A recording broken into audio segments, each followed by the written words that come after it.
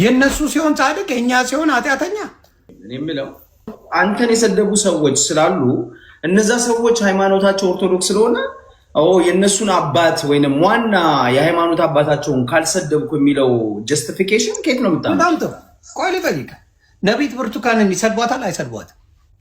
እኔን ስላጠመቀች ብቻ እኔ ራሱ እኔ ጋር ሆነ እኔ ለሷ ነው ስማኛ ስለጠየቀ ጥያቄ ስለሆነ ሐሰተኛ ነች። አሁን ነብይ ለአንተ ነው ልነግርህ የምፈልገው ምን መሰለህ። አሁን ለምሳሌ ማንኛውም ይሁን በጴንጤ ልክ ነው የሚባል የለም። ልክ ነው የሚሉትን ማን እንደሆነ ታውቃለህ?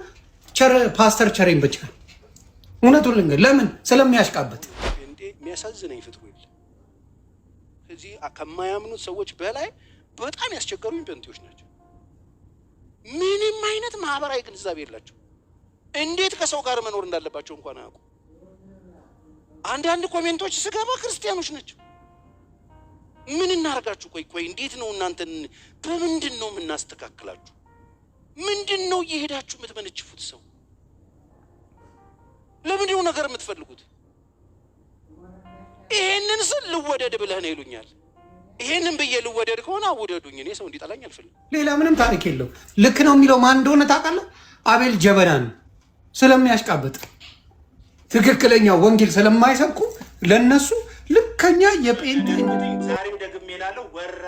ወንጌል ስለማይሰብኩ ለነሱ ልከኛ የጴንጤ እንትን ፓስተር ሶፊ የሚባል ልከኛ ይባላል። ጴንጤ አይደለሁም። ክርስቲያን ነኝ። የት ነው ህብረት የምታደርገው? ከእግዚአብሔር ጋር። ምድር ባለችዋ ቸርች የት ነው የምትሄደው? ምን አገባ? ከዚህ ውጪ ትክክለኛ ወንጌል የሚሰብኩትን በጣም አድርገው ነው የሚጣሏቸው። በጣም አድርገው። ይሄ ፋክት ነው። ስለዚህ ነቢት ብርቱካን በእኔ ይሰድቧታል።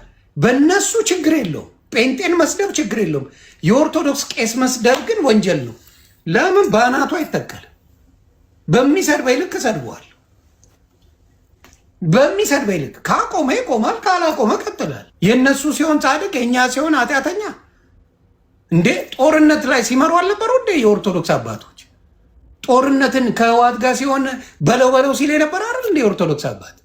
የትኛው ቅድስና ሲያወራ ነበር? ልል የምፈልገው ምንድን ነው? አሁንም ይሳደቡና የጴንጤን ፓስተርም ሆነ ነቢያትንም ሆነ ምንን ይሳደብና የኦርቶዶክስ ሲሆን ብፁዕ አባታችንን በጽብጾ በአናቱ ይተካለው። ለእኔ አይደለም እሱ። እኔን ካልተናገረ አልነካሁም። ተዉ ሲባሉ አልተው ብለው ሲባል ግን ጉልበተኝነት ሊያሳይ ነው።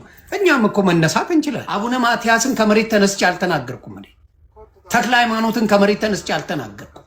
አይደልን ዱደ ቆስቁሰው መጨረሻ ላይ ቡቡ ብለህ ስትወጣ እሱ ባለጌ ነው ይባላል። this is the problem። የኦርቶዶክስ ትልቁ ችግሯ ትቆሰቁስ፣ ትሰድብና አንድ ስትነካ ኮረንቲ ላይ ያስተላለች ሁልጊዜ ያላት ፕሮብለም